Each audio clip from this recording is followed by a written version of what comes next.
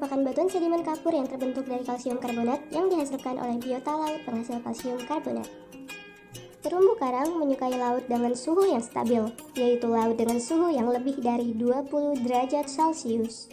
Namun, pemanasan global membuat perubahan suhu air laut menjadi lebih tinggi karena air laut sangat sensitif terhadap suhu udara. Alhasil, suhu air laut tidak stabil dan membuat kejadian bleaching pada terumbu karang meningkat. Kemudian, terumbu karang menyukai air laut dengan kadar garam yang tinggi. Namun, curah hujan yang tinggi akibat pemanasan global akan membuat kadar garam pada air laut menurun. Selain itu, terumbu karang pada umumnya berada di laut dengan kedalaman yang masih terjangkau sinar matahari, yaitu sekitar 50 meter di bawah permukaan air laut. Namun, kenaikan air laut akibat pemanasan global membuat terumbu karang semakin jauh dari permukaan.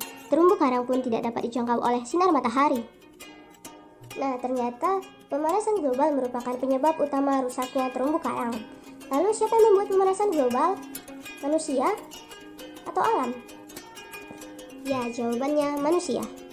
Manusia membuat berbagai ulah seperti membuang sampah sembarangan, menebang pohon secara ilegal, kemudian membuang limbah tanpa melakukan pendauran terlebih dahulu, dan memperbanyak polusi udara dengan mendirikan banyak pabrik dan menggunakan banyak kendaraan. Lalu apa sebenarnya manfaat terumbu karang itu?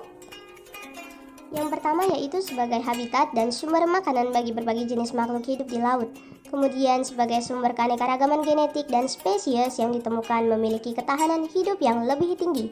Kemudian sebagai pelindung bagi ekosistem yang ada di sekitarnya seperti pada ekosistem hutan bakau.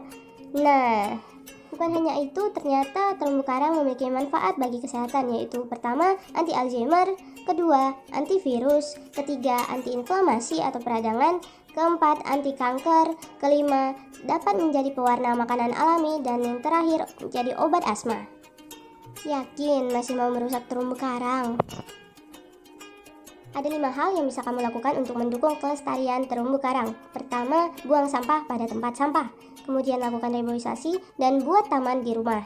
Kemudian berhenti merokok, kurangi penggunaan kendaraan dan berhenti menggunakan plastik. Terumbu karang terjaga, kita juga yang untung bukan? Semoga bermanfaat ya.